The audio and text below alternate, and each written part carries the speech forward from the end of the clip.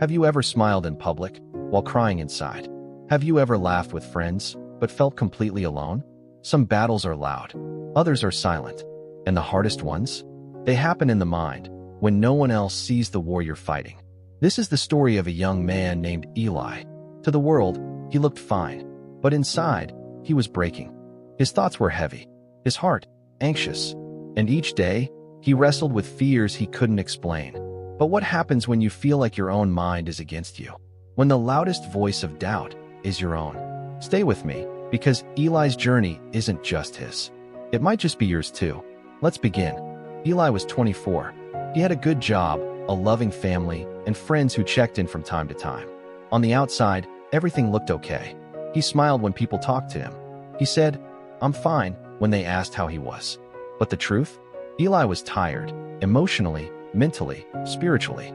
Each morning felt like a mountain he had to climb just to get out of bed. His thoughts raced endlessly. You're not enough. You're failing. No one really understands you. He didn't know when it started. Maybe after college. Maybe after his best friend stopped calling. Or maybe it was just life piling up slowly, silently. He prayed sometimes, but it felt like his prayers hit the ceiling and bounced back down. Even in church, surrounded by people singing with lifted hands, Eli felt completely alone. He was living, but he wasn't alive. This was the beginning of Eli's silent battle. The silence inside Eli grew louder. Every day felt like walking through fog. He was there, but barely. He showed up for work, answered messages, even laughed at jokes. But deep down, he was drowning in a sea of overthinking, fear, and guilt. At night, he'd stare at the ceiling, his mind spinning with questions. Why do I feel this way? Where is God in all of this? Am I going crazy? He couldn't explain it to anyone, not even his parents. They'd say, "Just pray more." His friends would say, "You'll be okay, man."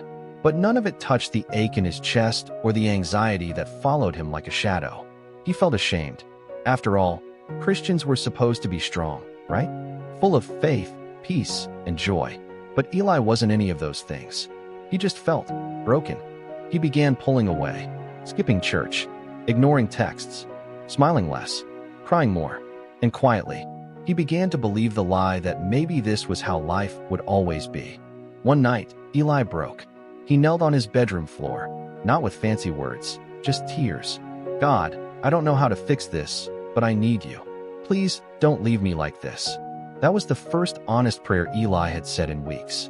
The next day, something inside him shifted. Not a miracle, but a whisper. Take one small step. So he did.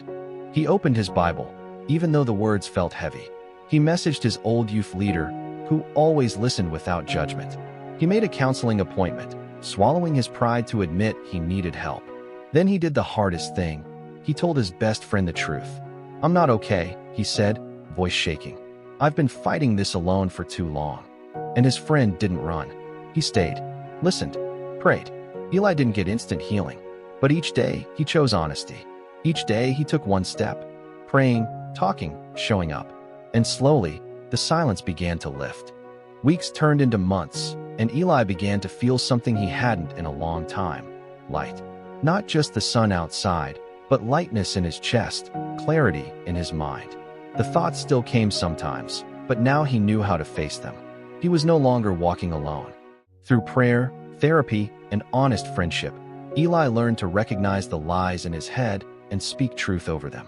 He discovered that faith didn't mean never struggling. It meant trusting God even in the struggle. He returned to church, not to perform, but to heal. He joined a small group where real conversations happened. And slowly, his smile stopped being fake. His laughter, once hollow, became full again. Eli's battle didn't vanish. But now, he had armor, faith, support, and the Word of God. He learned that healing isn't always loud. Sometimes, it's quiet, steady, and beautiful. Eli's story is a reminder that some battles aren't visible, but they're real. The mind can be a battlefield, and silence can be louder than any scream. But you are not weak because you struggle. You are not broken beyond repair. God sees what others don't. He hears the cries no one else can hear. And He walks beside you, even when you feel far from Him. If you're like Eli, fighting silent battles, wearing quiet pain, know this: you are not alone. And you don't have to pretend anymore.